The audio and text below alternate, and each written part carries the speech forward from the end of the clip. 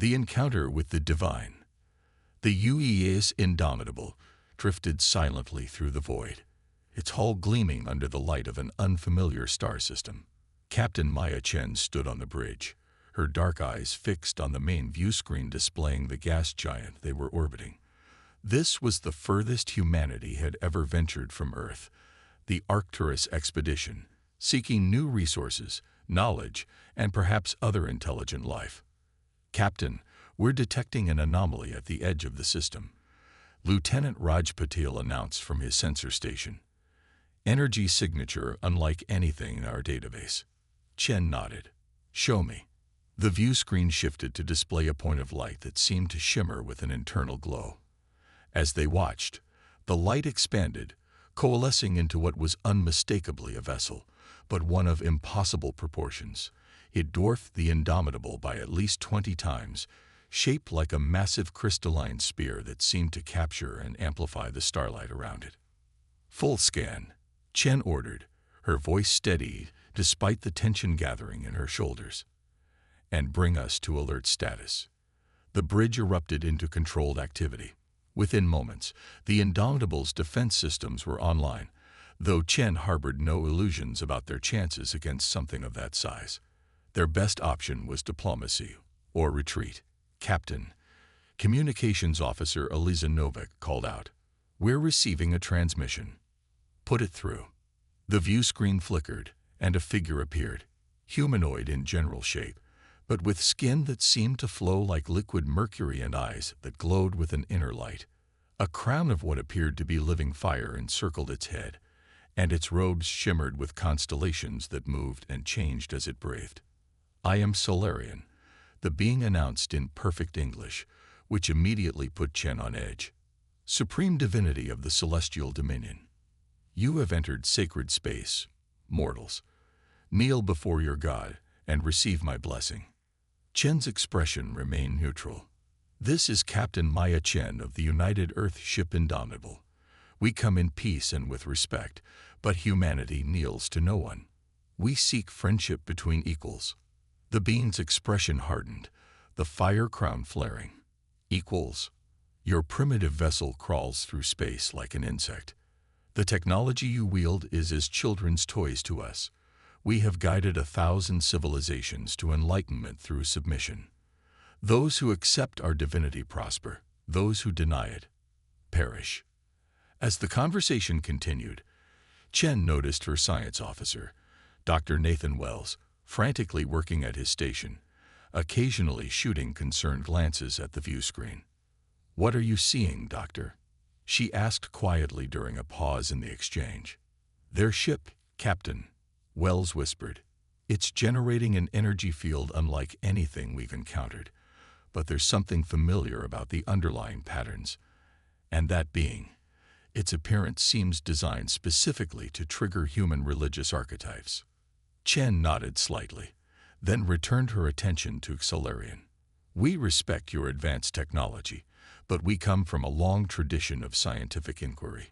We'd welcome the opportunity to learn and exchange knowledge, but as partners, not subjects. You will have one rotation of your planet to prepare your submission ritual," Solarian declared, the star-like patterns on his robes pulsing angrily. "After that, I will demonstrate true divine power." The transmission cut abruptly.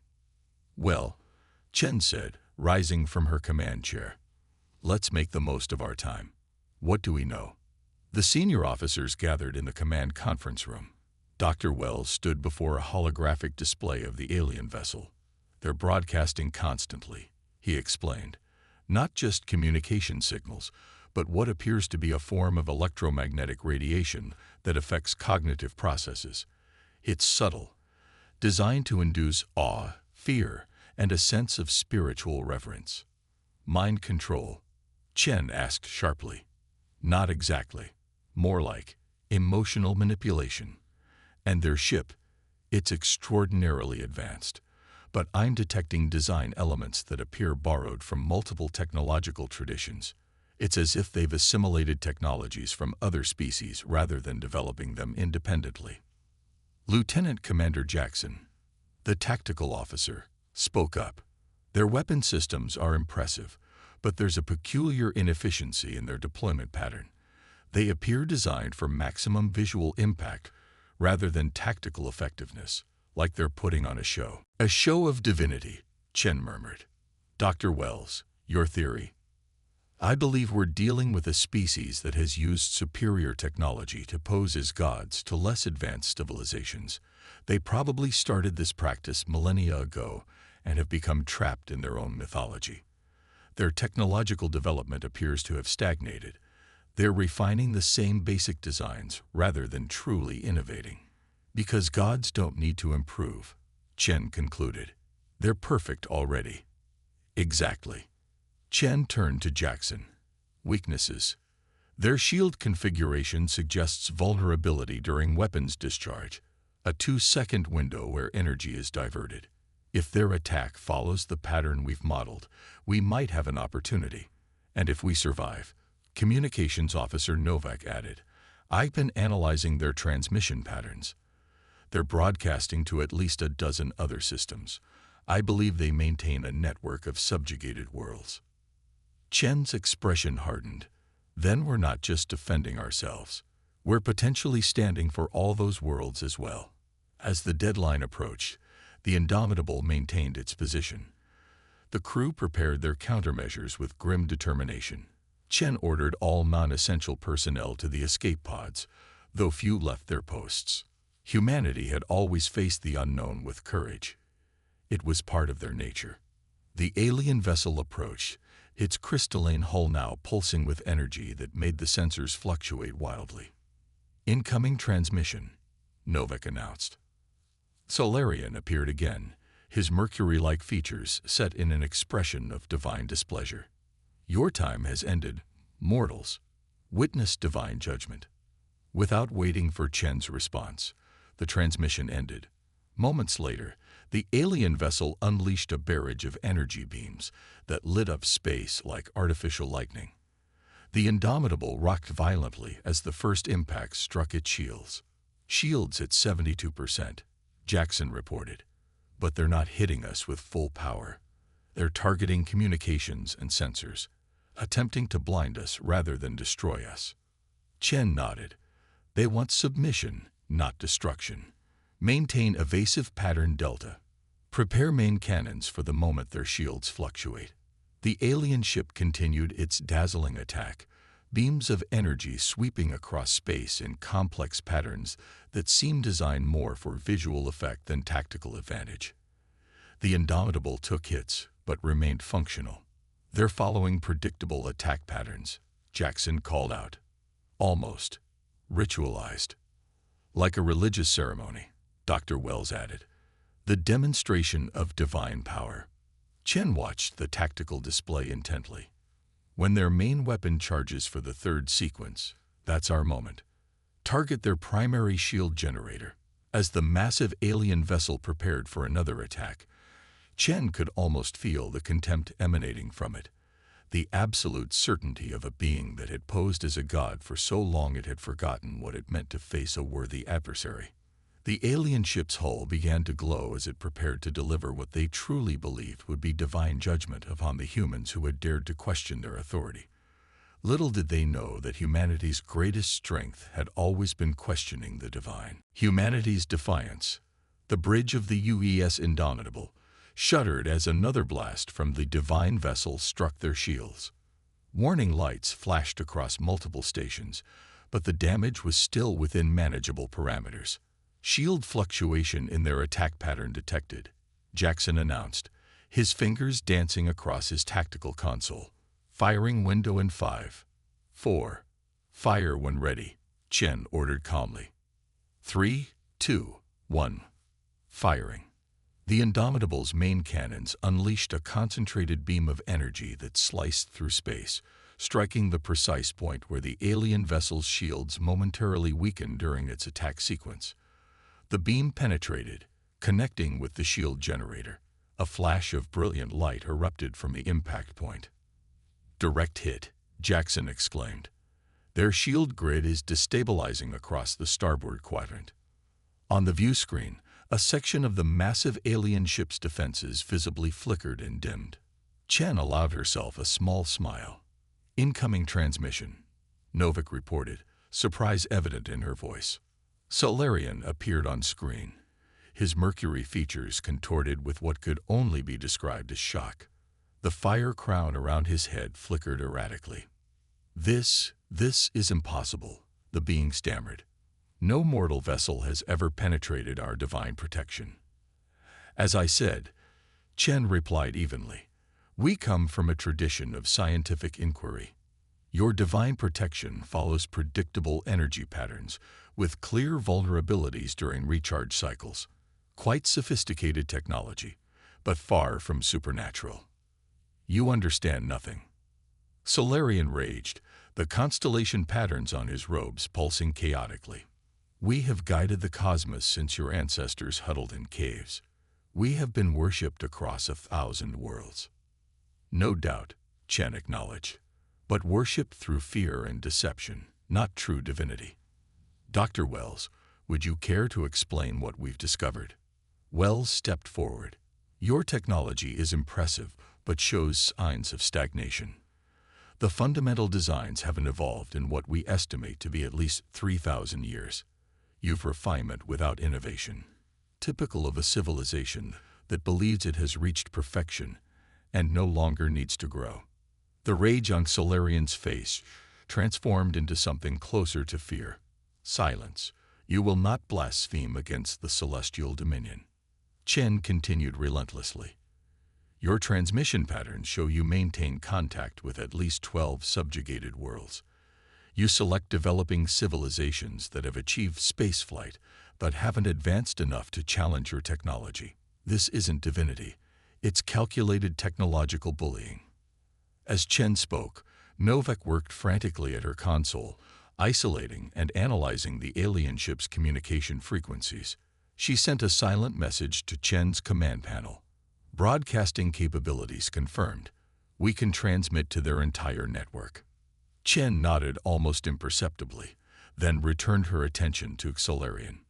"We offer you a choice. Cease this charade of divinity and engage with humanity as equals, or we will broadcast the truth about your divine nature to every world in your network." "You would not dare," Solarian snarled, but uncertainty had crept into his voice. "Humanity has always dared to challenge false gods," Chen replied. "It's in our nature." The transmission abruptly cut off. Moments later, the alien vessel's weapon systems began charging to levels far beyond what they had previously displayed. "They're preparing to destroy us," Jackson warned. "Energy readings off the scale." Chen nodded grimly. "They can't allow the truth to spread. Novik, begin broadcasting everything we've learned about their technology and deception to all frequencies in their network. Jackson, target their main power core with everything we have during their next firing sequence." As the Indomitable prepared for what might be its final stand, activity aboard the alien vessel suddenly shifted. Multiple smaller craft began launching from its hull, evacuation vessels. "Captain," Dr. Wells called out, studying his sensors, "I'm detecting a power cascade in their main systems. Their core is becoming unstable." Chen frowned. "We haven't fired yet. What's happening?" "It appears to be internal," Wells explained, his eyes wide with realization. "The power surge they prepared for attacking us is feeding back into their systems. Their technology is so ritualized that they can't adapt to unexpected scenarios. They're locked into patterns that are now working against them." The massive alien vessel began to list slightly, energy discharges erupting sporadically across its crystalline hull. More evacuation craft launched, streaming away from the faltering divine ship. "Captain," Novik interrupted, "we're receiving transmissions from multiple sources, not just the alien vessel, but from worlds throughout their network. They're asking questions, demanding answers." Chen nodded. "Put together everything we've learned about the Celestial Dominion's technology, their patterns of conquest, and their false divinity. Broadcast it to every receiving station in range." The truth spread like wildfire across the stars. Worlds that had lived in fear and worship for generations, suddenly confronted with evidence that their gods were merely advanced aliens who had stagnated in their own mythology. On the view screen, they watched as the massive alien vessel struggled to maintain stability. It was no longer pursuing an attack against the indomitable. All its systems appeared focused on preventing complete collapse. Incoming transmission, Novik announced. Different source, one of the evacuation vessels. The screen displayed a different being, similar to Solarian, but lacking the elaborate adornments. Its mercury-like skin flowed with agitation. This is sub-divinity Malorian of the Celestial Dominion. It announced, the arrogance notably diminished. We request a cessation of hostilities. We never sought conflict, Chen replied. Only truth and equality. Our vessel is experiencing difficulties, Malorian admitted reluctantly. We require time to stabilize our systems. And the worlds in your network. Will you continue to demand worship and submission from them? Malorian hesitated, clearly struggling with concepts that challenged millennia of his civilization's practice. The relationship between the Dominion and our protected realms is complex. It cannot be dismantled in a moment. Perhaps not, Chen agreed, but it can begin to change today. We propose a conference, representatives from Earth, the Dominion, and the worlds you've subjugated. Together, we can forge a new relationship based on truth rather than manufactured divinity. As the conversation continued, Dr. Wells approached Chen quietly. Their ship is stabilizing, but the damage to their power systems is extensive.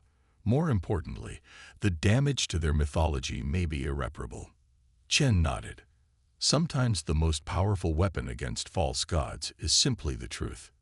In the days that followed, the UES Indomitable remained in the system, communicating with both the Celestial Dominion and the worlds they had dominated for centuries. The transition was not smooth.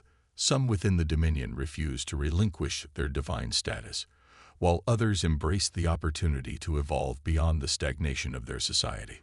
Some of the subjugated worlds reacted with anger and betrayal upon learning the truth, while others sought to rapidly advance their own technology, now that the artificial constraints imposed by their gods were lifted. 3 months later, the first interstellar conference of free worlds convened in neutral space. Representatives from Earth sat alongside former divinities and their previous worshippers, beginning the complex process of building a more equal relationship among the stars. Captain Chen addressed the assembled delegates, her words transmitted across dozens of worlds. Humanity has never been perfect. Our history contains countless examples of domination and subjugation, but we have always strived to grow beyond our mistakes, to question our assumptions, and to challenge those who would claim unearned authority over others.